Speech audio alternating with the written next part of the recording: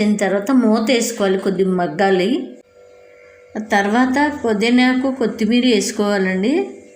బాగా కలుపుకోవాలి. మసాలాలు కలిపిన చికెన్ ముక్కల్ని ఇలా వేగిన దాంట్లో వేసుకోవాలండి. తర్వాత బాగా కలుపుకోవాలండి. ఇప్పుడు మూత పెట్టి మగ్గనివ్వాలండి.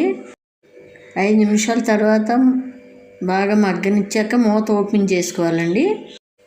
ఉప్పు కారం ఏం సరిపోతే ఒకవేళ మళ్ళీ వేసుకోవచ్చండి. కారం కొద్దిగా ఉప్పు కొద్దిగా వేసానండి నేనైతే.